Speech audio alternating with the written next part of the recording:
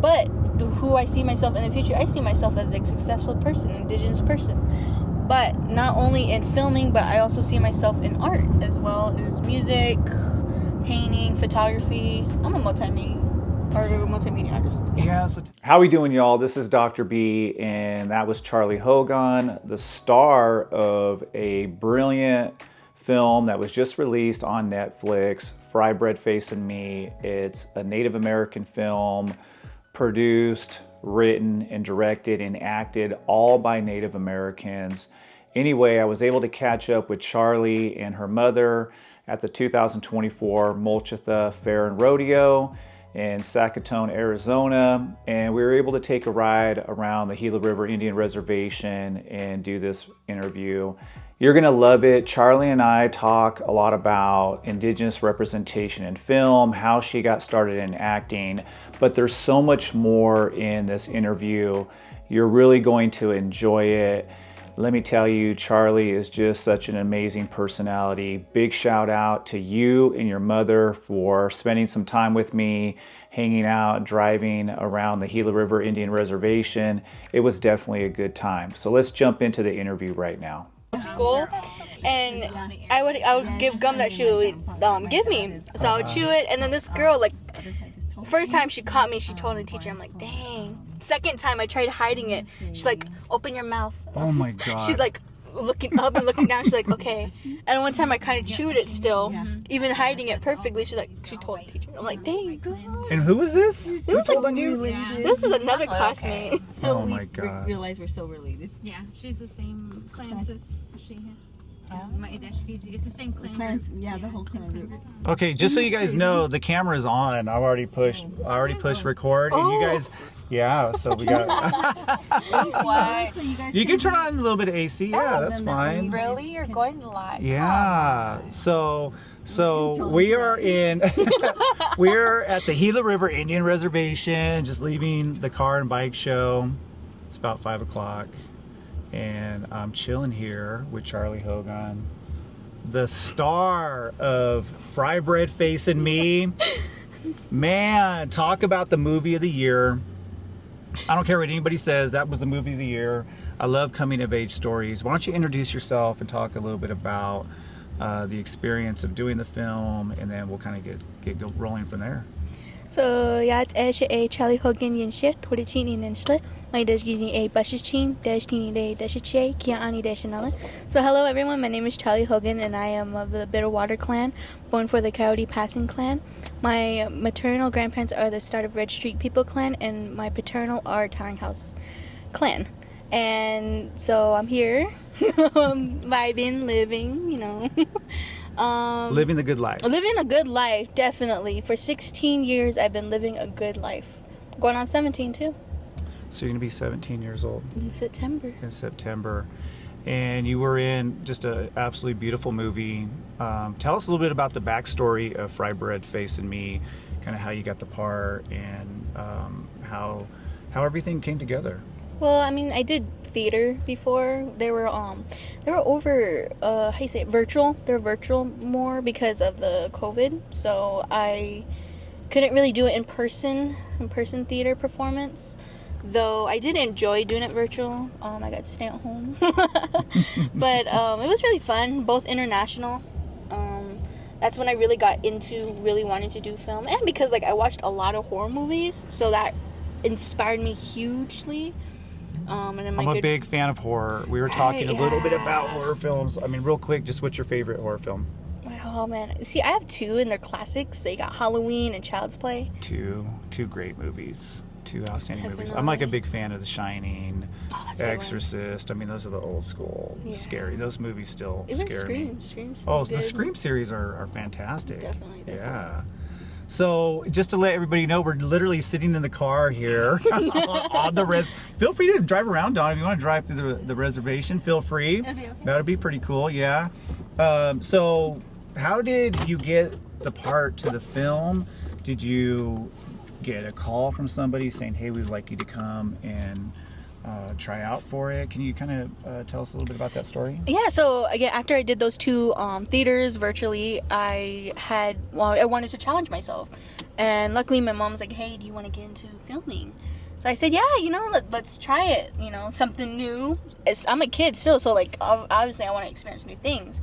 So from there was a call out on social media. I happily fit the description of Fry really good, like copy and paste. So I auditioned for that role and waited 2 weeks for a call back until they wanted me to audition, same role, different scene, and again waited another 2 weeks, and wow, I got the role. And you got the role. Wow, man. So this is like really an exciting, obviously, opportunity for you. I mean, how surreal was it when you found out you were going to be in a featured film? That obviously has been given a lot of attention, and written, directed, acted fully by Indigenous peoples. I mean, did it really sink in at the time, or did it take a while? Well, so when I first when they first told me that I got the role, it really didn't hit me yet. I was just like, oh, cool, like that's fantastic. Not until later when we started filming, I'm like, holy cow, I got the role. It really, like, I had time to process. I had to take time to process. I'm just like, oh my gosh, like, wow, it's really happening. I'm actually here on set. I'm actually going to film a movie. It's honestly, I can't really describe how amazing it really is. My grandpa inspired me. I was told I was an entertainer, so I always sung, I always danced, I always mimicked voices, not voices, but like on movies. I would do the lines from there. And then I was also inspired from my our great friend of ours too, Misty Upham. She was another great Indigenous actor, and yes, she truly inspired me to become one. She showed me how to be thankful towards the crew, the cameraman, actors. She just taught me a lot in film industry as well. I also, watching horror movies. I wanted to be an actor in at least a horror movie. Stephen King, contact me. Stephen King, yes. Anybody doing a Stephen King movie, we have one of your actors right here. Biggest fan. I'm your number 1 fan. Huge fan of Stephen King. So that's also another reason why I wanted to get into acting. After doing the film and going to film classes at my school, it really brought me more into the film industry. It really sucked me in. So that basically had me set on plans for the future. But who I see myself in the future, I see myself as a successful person, Indigenous person. But not only in filming, but I also see myself in art as well as music, painting, photography. I'm a multimedia artist. I enjoy drawing a lot. I sketch in my sketchbook. Not really much daily, but I do it here and there. I'm kind of into clowns right now. So, are you really? Yeah. So I've been like drawing a lot of clowns in my own personal style. I create my own original characters in a clownish way. I love it. Do you do any kind of writing at all? Poetry, is that your thing? Or storytelling? Is there something of interest there for you? Well, I grew up very traditional, so storytelling, I have my parents tell me the original storytellings, but during during winter, because there's some stories that you can't share. But overall, I do like writing. I do kind of, when I feel like it, or when I want to do like a storyboard, I type a little short story. But I haven't really done that in a while. Yeah, can you see yourself maybe writing a script possibly someday, doing something along those lines? Definitely. I have this old story that I wrote about a guy turning into a werewolf, and I want to turn that into a big major film. Oh man, I love werewolf stories. There isn't enough. Yes, I love werewolf stories. I'm more into vampires.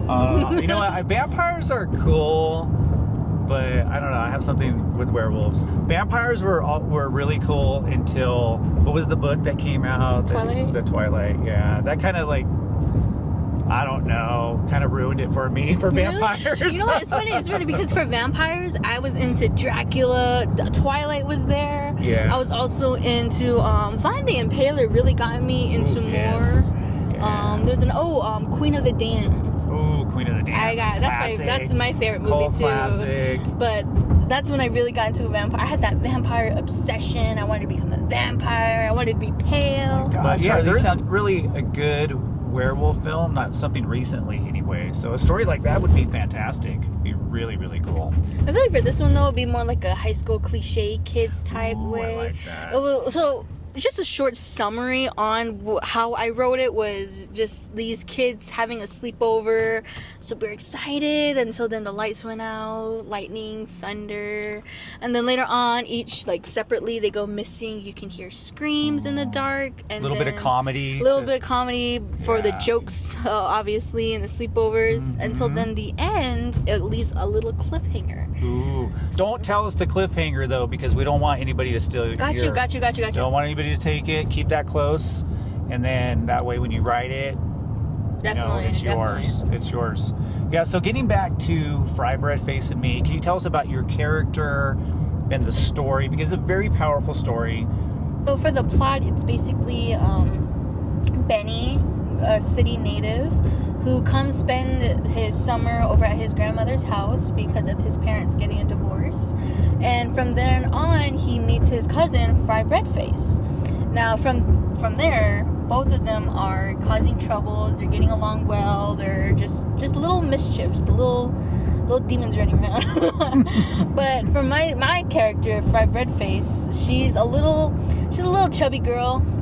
She's a little mean. She's mean to Benny when she got first a little attitude, a little sassy. Got a little sauce to the personality. As they say now, girl boss. She's a girl boss. She's definitely a matriarch in training. She definitely wants to become Miss Navajo. Yeah. So that's her dream, and I see it.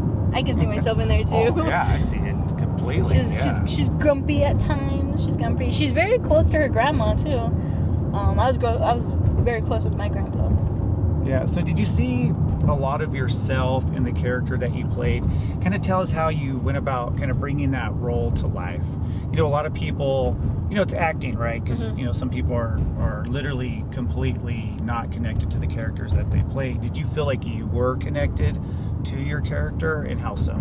Oh, totally. I could see myself in Frybread Face, but also Benny. See, okay. I was also city res too, spending my summer there, but I was also Frybread Face because I spent I was on the res more than in the city, and I really enjoyed that. Again, she was really close to her grandma, and I was really close with my grandpa. So that bond you get to see in the film is what you get to see. You saw a glimpse of how I was with my grandpa. I get. She's a little attitude too, so I have a little attitude. Mostly when I'm hangry or I'm tired, I get like that. Is that true, Mom? Is that true? Does she have a little bit of attitude? She does, but you know what though? She's a spitting image of my attitude, so I can't really get too mad at her about it. So just so everybody knows, we are again driving around the Gila River Indian Reservation, going in circles, right? and Charley's mother is also in the car, Kelly. And I don't know where we're headed, but we're having good conversations. Just keep on driving. So let's talk more about the movie and just how popular it's become. So when you're filming Frybread Face and Me, did you realize it was going to become such a sensation? Did you know at the time that this movie was going to be such a big hit? Well, so when the director himself, Billy Luther, it was an honor being with him too, filming with him. It was his coming out of his story, but once I read the script, I just related to it, as well as people on set, other actors, the crewmates, the cameramen, and you know what? Everyone while filming, everyone on set was Native American, so we all felt that, and I didn't really think too much. I was just mostly excited for it to come out and see how it turned out. I had a lot of fun on set. But once it really just became big, it really was an honor because that film was healing a lot of people in the community, especially with historical trauma. So once I've met people who told me that I was you, I was Frybread Face, I was Benny. That's how I taught. That's how I was learned how to drive. It was just. That's very powerful. Yeah, it just really hits me in the heart, deep down, because I'm like, we all have the same story. We all relate to it somehow. That's so true. That is very true. And I feel like that's something that was brought to life in the film, was that it doesn't matter, where you come from, whether you're raised in the city, raised on the reservation. I think that all of us who watched the film, there was something in that movie that we all related to. Yeah. That we all laughed about, or something that brought us back to our own childhood. That's what I think really hit me about the movie. And you know what? It made me very nostalgic. That film is about healing. So the way how you described it, it was healing you. How I kind of stuttered by describing on how people told me, that was healing. In a sense, that film healed our community and is still healing. And it's going to continue to do so. In the future, a lot more Native Americans are going to see that film and they're like, I relate to that. Oh, that just triggered a memory. And that's the healing part. Yeah. As I go through the 4 R's: respect, relationship, responsibility, and reciprocity. That's exactly what that film is going through. Respect, relationship, respect, relationship, responsibility, and reciprocity. I absolutely love that. Yeah, so for the respect, you can see in the film, Benny comes up and you can see him and Uncle Martin are getting into it. Yep. They're butting heads, but near the end they have that truce. That's the respect. And he earned my respect, just putting that out there. But that family's, that's respect. The relationship is the family. The baby is what's the relationship. The baby ceremony, that's the relationship, because we're all there together. The responsibility, we all had a responsibility. Martin had a responsibility of doing that sheep corral, and yet the sheep got out, so he didn't do the responsibility. The reciprocity was us exchanging. I gave him my Jeff Bridges head, he gave me his shirt. There was a character in that movie that reminded me of my uncle, that reminded me of my grandmother, or that was me, or that was my entire life. That's what I heard a lot from people who watched that movie. And that's them being healed. That's them healing through that.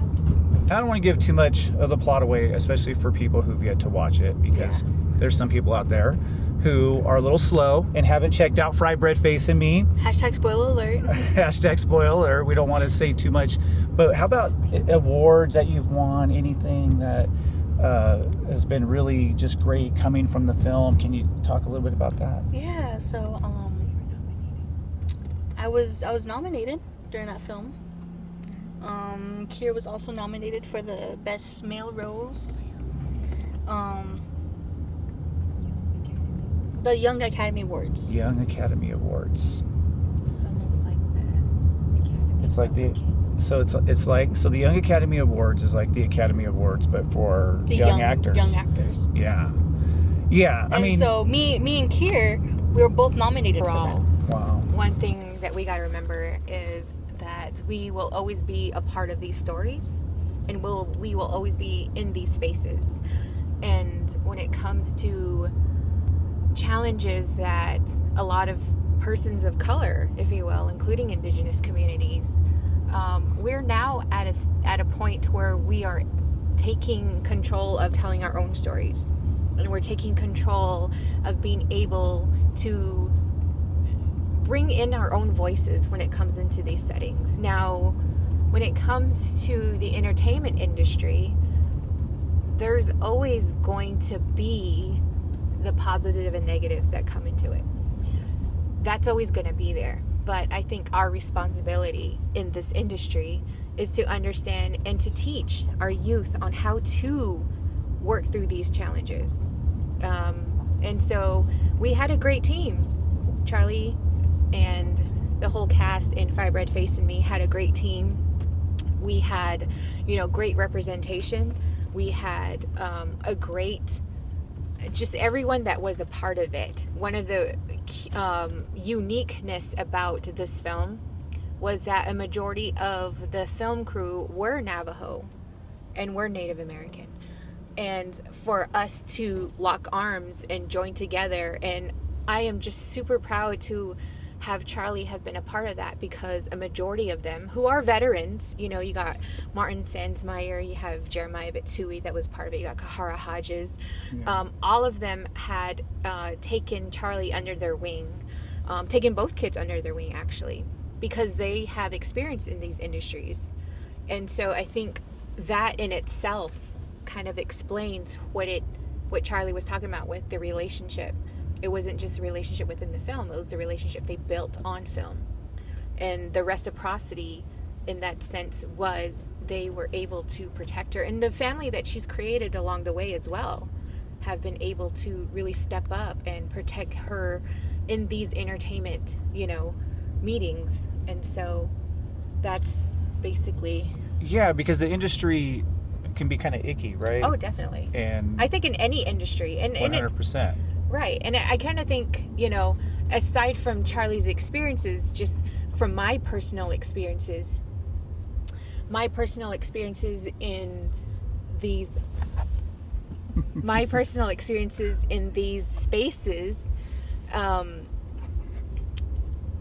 there's always going to be a chance. I'm sorry, I'm being distracted really bad right now. So we have some people what we're are we waving talking to. about? Are we waving to somebody? I guess res dogs apparently are here. Oh no, that's Adam. That's Adam, and that's so okay. That's who we're meeting later. Okay. So going back to the topic, and I think you can edit this, correct? Yeah. Okay. Oh, yeah. Okay, good. Because I was like, what the heck? All right. So, you know, with my personal experience in these industries, it is great to be able to have Native American and Indigenous people kind of step up and show our art. But I will say this, and this might get some backlash, but I will say what I need to say, because our youth, like Charley, are in this industry, is a lot of our designers and a lot of our people who are in this type of setting where they're designers, where they're writers, where they're actors, where whatever, they're continuing to uphold white supremacy too. And they're continue to come from a colonized standpoint, because not a lot of them will utilize the true identity of Native Americans. And what I'm talking about is when it comes to the fashion industry, for example, I have not really seen, I think every now and then I will, models who are plus size. And if you look at within the southwest region of our nation here in the United States, some of our tribal nations are naturally big boned. And so we don't have that in our society, but we get to say like, yeah, we're uniting indigeneity. Well, like where are we doing that? You know? And so I think that in itself, and also not giving the youth a chance when it comes to this. I mean, I'm very passionate about this in that sense, because we are the ones that are creating this space for our children. So what are we saying if we're saying, oh, you're a little chubby, so you can't wear my clothes, or I don't make clothes in your size? Yeah, the fashion industry comes from such a Western, Eurocentric, beauty standard point of view. Right. And I'm sorry, but those are not the beauty standards of many communities. No, it really is not. It's pretty obvious when you look at the fashion industry that it's not made for Indigenous peoples. It's really not made to represent it's our like, what communities. are you representing? You know, and I don't want to take away from someone's, you know, bread, if you will. You do you, boo-boo. But I'm just saying, if you want to come into this with the true indigeneity, think of the people all together, not just what society thinks beauty is. And honestly, society thinks beauty is what you see on that runway when it comes down to it. And in that sense, I know a lot of children, I know a lot of youth are going to say, I don't look that way. And they're going to kill themselves to try to look that way, because you set that image and you set that bar. And I think we as Indigenous communities, we need to take accountability when it comes to that. We need to stop pointing fingers and start pointing at ourselves and understanding, like, what am I trying to say in this industry? How am I as a collective what type of message do I want to leave behind? Do I want kids to be comfortable in their bodies, or do I want to tell them that you would look so much more beautiful if you were skinnier, and then maybe you would fit in my clothes, you know? And again, I do have friends in this fashion industry. We've had these conversations. I do get it. The more material that you need to make these plus size clothes, the more money it will cost. I totally get it. But the message at the end of the day is, you know, when we want to unite together, is what do we want our youth to take away from these experiences? Yeah, and I think you hit on an important point, is there's a lot of depression and a lot of anxiety amongst our youth. And that doesn't help when the beauty standards that are being promoted are so contrary to what they see in everyday life. Mm-hmm. I mean, that's definitely really, really problematic. And I love that with Frybread Face and Me, with the people that do come up and talk to Charley. And a majority of them are, you know, the elderly or the youth that come up. And the youth are always talking to Charley about how they loved her character because she looks just like them. Yes. And I love that about it, because I'm like, you're right. You know, we've worked with Indigenous communities. Charley not only does, you know, her artistry, but she's also an advocate, and she's a land protector, and she's a water protector. And so when it comes to going to these conferences where these youth are talking to her, they're like, you just look like me. And I think that's beautiful. It just shows that you don't need to be a certain image to be able to follow your dreams or fulfill your dreams. And I think Charley is that new voice in youth advocacy and youth activism. And so when it comes to that, you know, one of the things that she really does, that we actually all do, is we really do pay homage to Cody Lightning and Simon Baker from, you know, Smoke Signals. And it's beautiful that we were able to have some Native representation at the Oscars, but I think it was really the two youth there, Cody Lightning and Simon Baker, who actually helped pave the way for our youth to say, hey, you can do this. They made a career out of it since they were children. They're still doing it. I think Cody just, you know, finished another film. And I think that's amazing to know that youth can lead, and that youth like Charley can be able to follow in those footsteps. And now Charley's the new generation. And so I think that's beautiful that kids can relate to her and say, hey, you look just like me.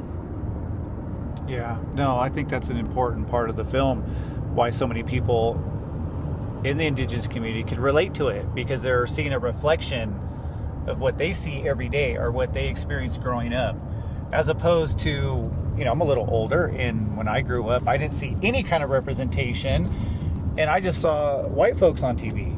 And I always felt like everything was a representation of their way of life. Don't give their away culture. our age. I know, right? No, I'm giving away my generation. But it's so amazing to see that our kids could watch a film like Frybread Face and Me, and they can see an actor that looks just like them, that comes from a culture and a way of life that is reflective of their own. That's what's like really beautiful about it. And then also the fact that just it was written, directed, everybody involved in the film was Native. That was just amazing. So let's talk about the future. I mean, obviously your star is rising. What do you plan on doing? What's the next step here? Well, the sky is the limit. The sky is the limit. I'm just waiting for producers and directors to really contact me. You got things to do. You do got things to do. You gotta contact me. Okay. Well, But you're still young. I'm still young. I'm still exploring other things. I know next thing you do, I think next thing you know, I'm gonna start camping outside. Yeah. There you go. There you go. But really, the sky is my limit. I'm using this opportunity at my age, 16 years old, going on 17, to really explore things that I really enjoy. Who says you have to be one thing when you can be many things? That's where multimedia artist comes in, and then multimedia explorers or any such, and so on and so on. I love that. Yeah, because there's no limit. There is no limit. There is no limit. You're an artist, you're a creator, you're somebody who comes from a background that is very unique, that's super significant to the world, and sharing with other people who are like you, like-minded individuals, but also your activism and the things that you're involved in beyond film, beyond art, are incredibly significant. And so I think that's really good to not really kind of pigeonhole yourself and to be open to whatever the future brings. Yeah. And when they say you can be anything you want, they literally mean you can be anything you want. Yeah, that's an important message, I think, for everybody out there to remember that you can do. Especially youths. That's right, especially our youth, because there were things that nobody told me that I could do, and I wish somebody would have came along and said to me, you know what, this is possible. Right. There's things that I've done later in my life where I just needed somebody to tell me, somebody to share with me, to guide me, and I think that's what's changing today for our youth, is that there's just so many things that are open and available to them, and that really wasn't always the case. Right. Yeah, and a lot of it is a psychological barrier, if you would agree. Yeah. And yeah, there's definitely a lot of trauma that's happened that I don't think we as the community understand really, and Agreed. So I think trauma and Indigenous and decolonized, those have all become buzzwords, and It's all fashionable now. Totally. and I think, when it comes to being Native, coming from a tribe, whether you're an enrolled member or not, I think it has become such a fashion trend right now. It has become such a popularity that everyone wants to be Native and from a tribal nation until it's really time to be Native from a tribal nation. And it becomes so complicated and complex in that sense, because what do you do with yourself? And there's so much lateral violence and oppression out there that it creates such animosity between tribal nations and individuals, to a point to where it's like, can I say this? Can I do this? And I'm just going to say it here. There's no right way to be Indigenous, but there is a right way to go about it. There is an appropriate way to go about it. And we have to remember that a majority of us are still trying to figure it out along the way, because no one taught us how to do these things. Yeah. We've lost our way of ceremony. Honestly, we have. We've lost our way of ceremony. And what I try to teach Charley is to wake up each day and live each day as if she is in ceremony. Because if we don't have it and can't practice it every day, we might as well be about it, And so a majority of the time, that's where she kind of comes in with the respect, the relationship, responsibility, and reciprocity. Everything else that is attached to it has become so westernized that now we have time. Like, I know you and I were talking earlier, and we wanted to have a good conversation, but I'm like, we are pressed for time. We have this, we have that, we have to do this. And it really takes away from having these deep conversations, because Western society has told us that we need to limit ourselves to these deadlines. Yeah, I think about that a lot, just with my own life, having a schedule, having to be here, having to be in class at this time, being ready to teach, and then I go from that to my office hours, and I go to my gym, and I go, all the different responsibilities that we have. And sometimes we just need to sit back and just kind of just take in wherever our environment is and relax a little bit. But this world that we live in is so chaotic and crazy. It's just filled with madness. And we become a part of that madness. Yeah. And that's part of the Western society that we've all been forced to live in. Definitely. And resisting that in any way, I always tell people that it doesn't matter, even if it's a small way, just taking a walk, by yourself, or just having good conversation like this. This is what we're supposed to be doing. Yeah. We're out here, Gila River Indian Reservation. The weather's good. Thank you so much for inviting us. Having a conversation, driving around the res. Enjoying the beautiful scenery. It's beautiful today. It's really beautiful. Out. Amazing people. We have Charley Hogan, the star of Frybread Face and Me, and We got saguaro cactuses everywhere. Right, cacti. It's cacti. Cacti, yeah. Dr. B. Surrounded around cacti. But yeah, the weather's great. It's been a good weekend. Again, we're on the Gila River Indian Reservation, 2024. Mulchitha fair, rodeo, powwows going on. And Charley has to be somewhere. She has things to do. She's a busy person. Gotta be in the hojo. There you go. Keeping the balance as always, but she definitely has, we have to make sure we get her to her location. I just want to say thank you so much for agreeing to do this interview in a car Thank you for after having the me. car and bike show. And I also want to thank Mom as well. Thank you so much. And I'd You're love to welcome. sit and Thank talk you. with you more. Oh, Thank you for definitely. having We us. definitely need to sit and talk more. Yeah. I think you're right. These conversations do need to happen. I think our people need to hear it, and I think our people need to start taking accountability and responsibility for themselves. And Charley, I want to give you a chance to give a little message to our youth out there. You can be anything you want. You could be an astronaut. You could be a star. And I mean a scar in the sky. My advice is whatever you want to be and you're focused on, you could do it. Nothing's really stopping you unless you aren't ready yet. In other ways, if you want to be a model, I know they were talking about body positivity, you can be a model. You don't have to be skinny, you can just be who you are. If industries don't take you in, make your own model agency. Who says you can't do that? You want to be a movie star, but they won't take you in, make your own film. There's so many things you could do.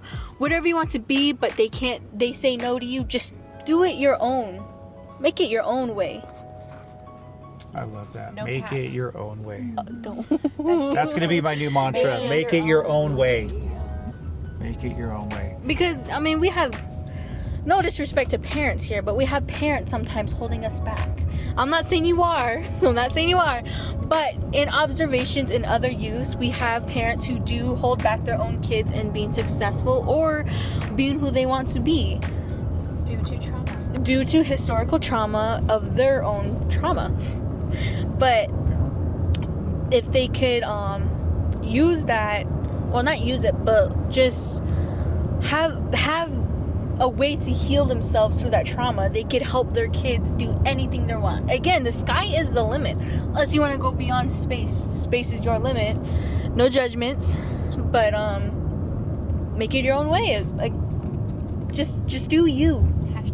Hashtag Frybread Face. Hashtag Navajo Gypsy. I love it. Absolutely love it. Again, Charley, thank you so much. Thank you, Mom. Appreciate Oh yeah, it. definitely. Sorry, I'm like, I don't know when to come out. When I'm like trying to sneak behind, and then Dr. B will put, and I'm like, oh, you're talking to me. Okay. So again, this is Dr. B sitting here in Arizona with Charley Hogan, the star of Frybread Face and Me, and we are out. Peace out. Bye, y'all. Peace. Later. Akohni. Hogone. You got things to do.